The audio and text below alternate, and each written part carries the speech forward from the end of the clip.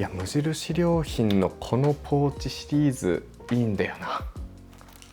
こんにちは、トバログです。はいっていうね入りから入るんですけども、皆さんは無印良品でこういうポーチシリーズ見かけたことありますでしょうか？結構ね無印良品っていろんなポーチを出してるんですけども、トバログ的にはこの立体的なメッシュポーチみたいなシリーズのライトグレーが本当にツボなんですよね。なんかこのねブラックとかじゃなくてライトグレーが展開されてるっていうのもすごくいいし、この収まりのいいサイズ感でねいろんな種類展開してくれてるっていうのが結構好きで、トバログはね普段から愛用しています。なので今回はこのポーチシリーズなんで好きなんだろうみたいなところと、あと普段僕はどういうものを入れているかみたいな、そんな感じの動画を撮っていこうかなと思います。それでは早速いってみましょう。はい、というわけで早速紹介していくんですけども、ついつい買ってしまうこの無印良品のね立体メッシュポーチシリーズですね。 SML っていう感じで、このサイズ感とこのメッシュでしかも立体的なこの構造がすごくツボな感じです。これもねもちろんそうなんですけど、これだけじゃなくて無印良品だと他にねこういうポリエステルダブルファスナーケースみたいな、若干色は違うちょっと濃いめなんだけど、こういうねポリエステル素材のなんか小物入れが展開されていたり、あとは結構このゴールデンウィークとか旅行に行く人だったら最高なんじゃないかなと思うんですが、こういうね仕分けができる圧縮ケースですね。ビニール製っていうよりかはこの布地っぽい感じで、こっち側とあとこっち側がね分けて入れられる。そしてここのファスナーで結構なサイズまで拡張ができるっていうやつなんですけど、こういう感じのなんかグレー、ライトグレー寄りのねポーチがたくさん無印良品から出ていて、買っちゃいますよねっていうところです。とりわけトバログがすごい好きだなと思う系で言うと、この立体メッシュポーチシリーズですね。具体的に何を入れるかって言われたら、ちょっとね分かんないところあるんですけど、とりあえず買った後なんか何入れようかなっていう考えたくなるシリーズっていうところですね。せっかくなんで簡単に買っちゃう理由みたいなのを紹介しておくんですけど、まず1つ目がやっぱカラーが絶妙なライトグレーっていうところですよね。さっき紹介したこの辺のグレーもね良かったんですけど、もう少し色薄かったらなっていうのが個人的にあって、でそれがこのメッシュポーチですごくいい色合いのライトグレーなんですよ。トバログ的にはすごいいい色合いで、例えばこういう感じの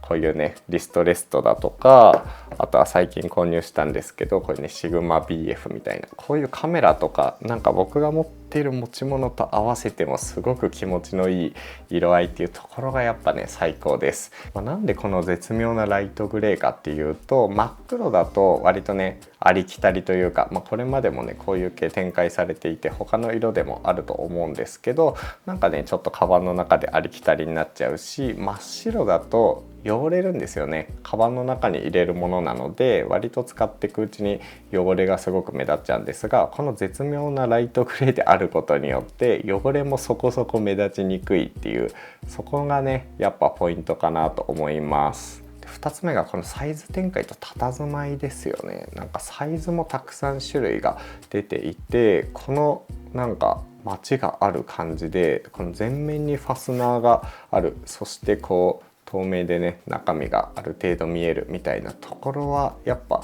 すごくいいなと思います。で全サイズこの集めたくなるようなこのサイズ感っていうところがすごくツボですね。なんならもう S とかもね何個も買ってカバンの中にたくさん小分けして入れておきたいみたいな、そういう風に思わせてくれるところでやっぱ欲しくなるところですね。で3つ目がやっぱ意外と肉厚っていうところです。こういう系のポーチって割と薄いものが多いんですよ。100円ショップとかでもねよく見かける雰囲気ではあると思うんですけど、結構ねそういう安っぽい素材だとすぐヨレヨレになったりケバケバが目立ったりとか、その辺が気になってちょっと安っぽくなっちゃうんであんまり使わないんですけど、これがね結構肉厚な素材っていうところで、なんかこのちょっと高級感があるじゃないですけど、いいもの感があるんですよね。その3つかな、なんか買っちゃう理由としては。であとはまあ価格ですかね。それぞれ1000円を切っていて、これとか690円ぐらい、これが890円くらいで、これが990円っていう、その3つ手に入れても3000円以下で手に入るみたいな、この価格帯はすごく嬉しいですね。でついでなんですが、この圧縮ポーチとかも1690円というところで、割とねめっちゃ安いっていうわけではないと思うんですけど、素材感とかこの使い勝手みたいな、あと色とかをね考えた時にすごくいい選択肢なんじゃないかなと思っています。ちなみにこの動画を撮影してる時点で、こういうねオレンジ色のポーチもあるんですよ。このオレンジ色に関してはそこまで売れ行きが良くないからなのか、半額以下ぐらいのね価格で今展開されていて、カバンの中でワンポイントオレンジ入れたいっていう人だったらこのカラー選択もありかもしれませんっていうところがいいなと思ってる理由ですかね。まずはね S に関してはこれガジェットとめっちゃ相性いいサイズ感してるんですよね。ガジェットポーチってわけではないしクッション性もないんで、ちょっとねそこは考えながら使う必要があるんですけども、ところがね普段ガジェットポーチとしてこっち使ってるんですけど、普通にガジェットポーチとしても使えそう。なんか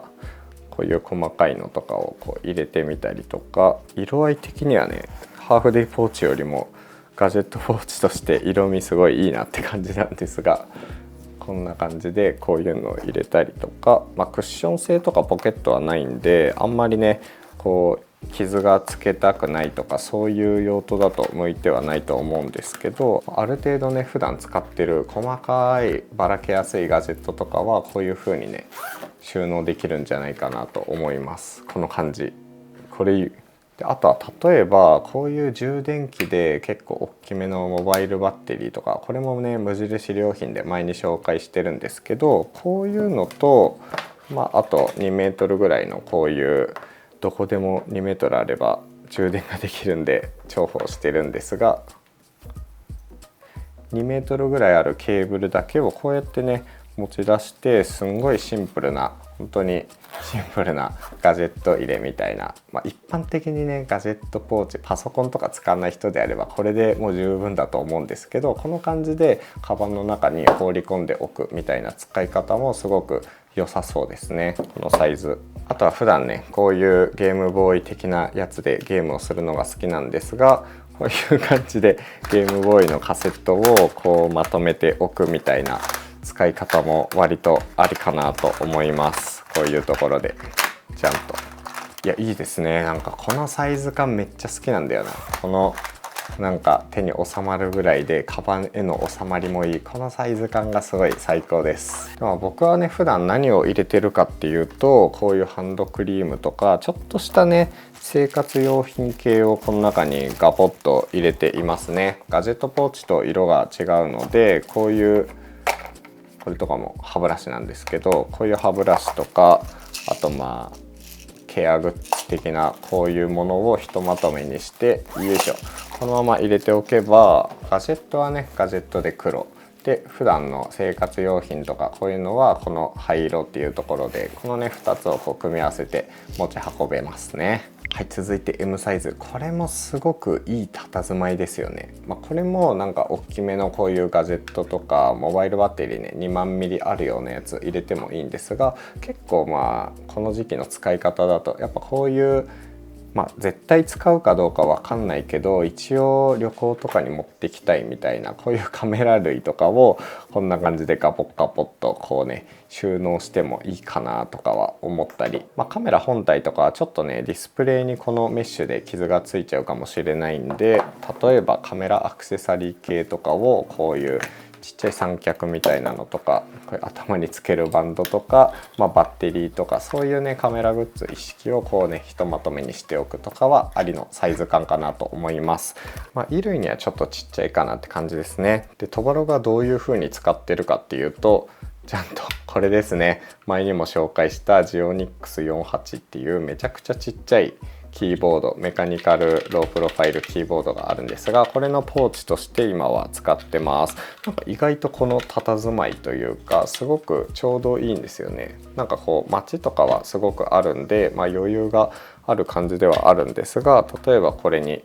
パソコンに載せる用のこういうねパソコンにこうパチッと載せて使うタイプスティックスとか、あとまあ有線でしか使えないので有線のねケーブル、これ忘れると致命傷なので、こういうなんか忘れたくないようなキーボードグッズとかはひとまとめにしてこんな感じで使うことが多いです。この佇まいすごく良くないですか？結構ねこういうキーボード、これに関しては特に金属製なので他のガジェットとかと一緒に入れて、裸で入れて持ち歩いとくとちょっと他のガジェットに傷つけちゃったりするんですよね。なので、そういうのをね最低限抑えつつ、別にクッション性もいらないから、このねメッシュの部分でこうガシッと当たっても傷はつけにくいっていう、そこがね結構気に入ってるポイントです。何よりこの見た目いいですよね。この感じ、いやいいわこれ。こういうのはね普段使ってるカバンにこうガシッとここに入れて、でキーボードもこのままガサッと入れてこのままね持ち歩いて使っているっていうところです。大きいやつとかは、まだねそんなに使ってはないんですけど、一応ここにねタオルとか着替えとかを入れたりもするんですが、どっちかっていうと子供グッズとかちょっとしたおむつとかお尻拭きとかそういうのをね入れて持ち歩く時用に使おうかなと思ってます。ただ意外とサイズがねでかいんですよね。この街の感じがすごい大きいので、普段カバンに入れて持ち歩くっていうよりかはなんか旅行の時とかに使うサイズ感かなと思います。どっちかっていうとこの2つが個人的な推しですね。ちなみに余談なんですが、もともとねこれに入れてたこういう系のグッズはこのポリエステルダブルファスナーケースに入れてたんですよ。なんですけどこっちだとちょっとねメッシュがすごく、弱いというか肉厚じゃない、ちょっと薄いんですよね。なのでちょっと型崩れしやすいのと、あとここのねポーチをガシッと開けたり閉めたりが分かりづらくて、こっち開けちゃったりとかどっちだっけみたいなったり、あとここが結構薄かったりもしていたので、ティッシュケースぐらいだったらいいんですけど、こういうねハンドクリームとか微妙にマチのあるものを入れるのであればメッシュポーチの方がおすすめかなと思います。このポリエステルバッグもついでに紹介するんですが、ここはもう本当にサウナグッズですね。サウナの着替えとか、ちょっとジムに行く時、トランポリン飛びに行く時みたいなのにこの着替えを入れておいて、しまっといて使い終わったら、こっちのちょっと密閉されてる方、これもね撥水性は少ないというか防水の加工はされてないんでちょっと注意は必要なんですけど、こっち側に入れてこう圧縮しておくとリュックとかへの収まりもいいっていうところです。こういうタイプのメッシュポーチはめっちゃずっと昔から愛用してるんですけど、この見た目とあと頑丈さ、そしてコストパフォーマンスでいうとやっぱ無印良品に一気に乗り換えようかなと思っているところです。はい、というところで簡単になんですけど、このね無印良品のライトグレーの色のメッシュポーチシリーズ簡単に紹介してみました。普段ねいろんなガジェットポーチだったりとかちょっとしたポーチ使ってるんですけども、なんかこの立体感があって安っぽくなりすぎないこの無印良品のメッシュポーチはすごく好きなんですよね。こういうポーチって、このガジェットとかこういうアイテムを買ったからそれに最適なポーチを探したいっていうのはもちろんあると思うんですけど、ついつい売り場で見かけてこれ持ち物のラインナップに加えたい、だけど何入れようかなみたいなね、そういう入りから入ってもいい感じのポーチだと思ってます。なんかねそういう使い方すごく好きですね。はい、という感じで今回の動画終わりにしようと思います。是非ねこういうポーチとかちっちゃいポーチどういうものを入れてるよみたいなものがあればねコメントで是非教えてください。それと気に入っていただけたらチャンネル登録とかお願いします。それでは次の動画でお会いしましょう。ともログでした。